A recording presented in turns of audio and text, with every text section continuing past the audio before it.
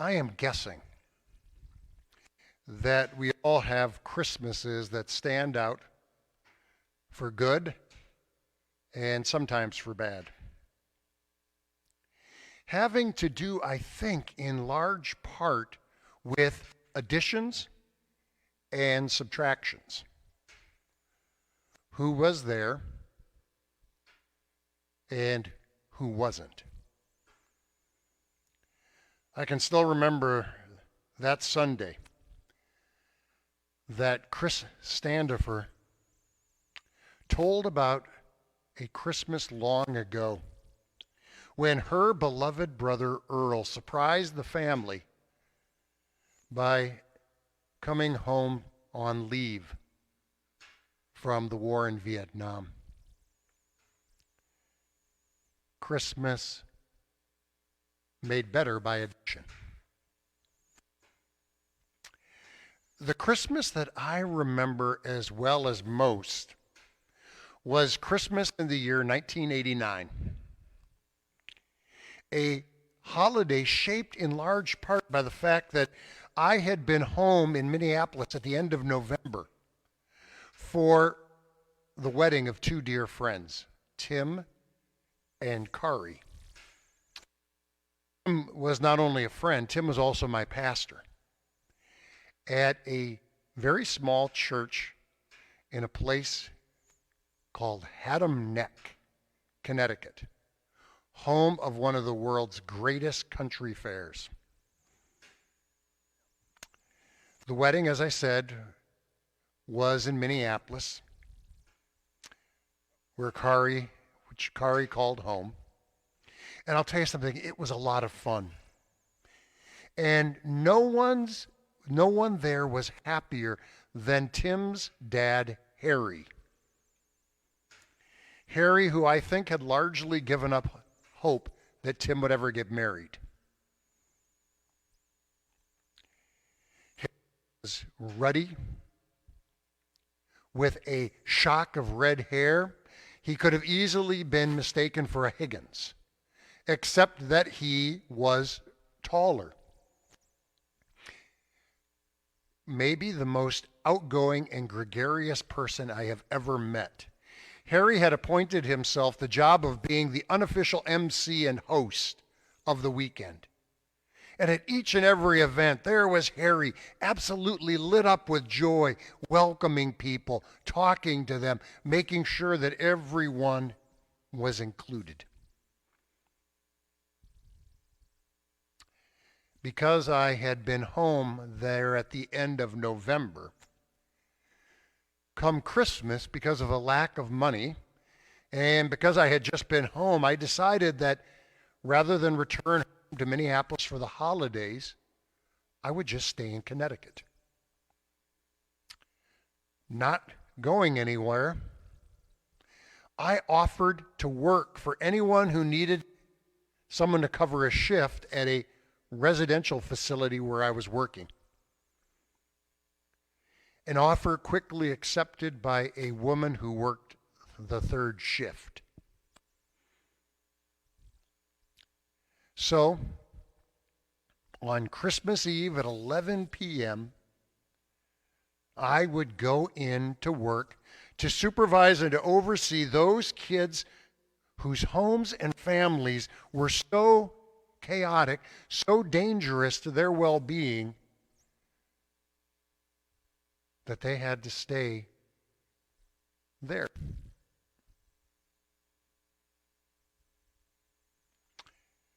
Things took a dramatic turn for the worse, as just a short time before Christmas, exactly 2 weeks to the day after the wedding, when Harry Johnson, coming up from the cellar, carrying a box of Christmas decorations, took a fall, striking his head on a step. He never came to. And just a few days before Christmas, the newlyweds, Tim and Kari, traveled to Washington State for Harry's funeral. As the church that Tim pastored gathered on that Christmas Eve, the mood was unbearably sad. A Christmas turned grim by subtraction. The loss of Harry, who the church had come to know and love, and now the absence of Tim and Kari.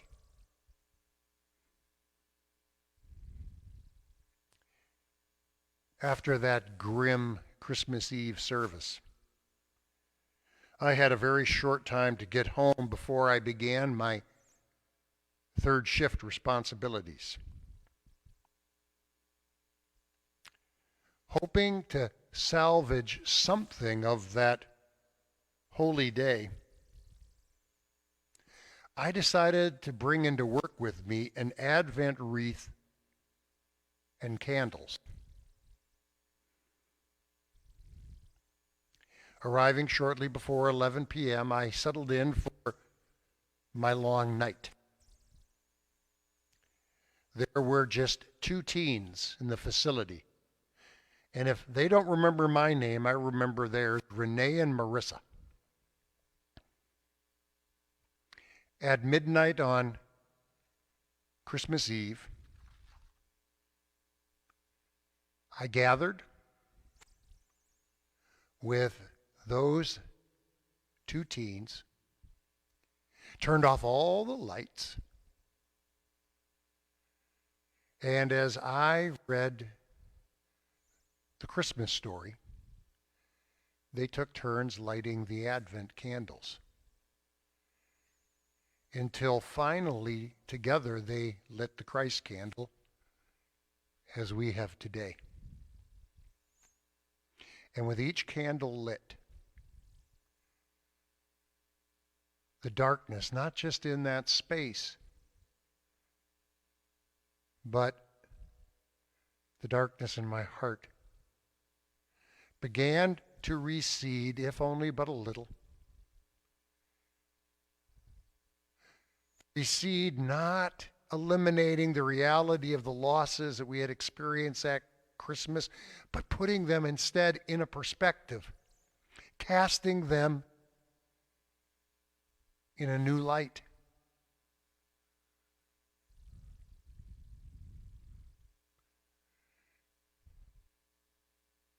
And as those candles glowed, I looked at the face of those teens who were radiant as well, taken up in the glow of the candles, even themselves somehow cast anew. Gone was the bitterness of their experience for that moment.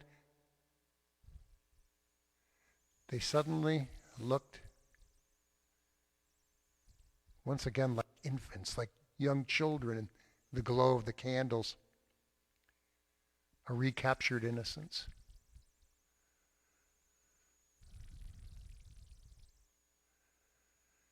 And as the candles lit that night, and as I recollect it now all these years later, I realized that John was right.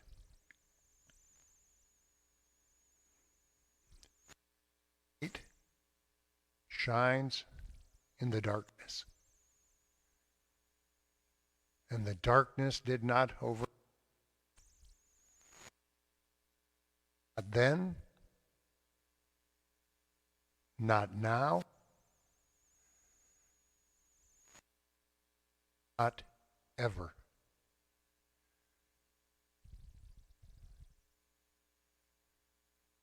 This is the gospel of our Lord.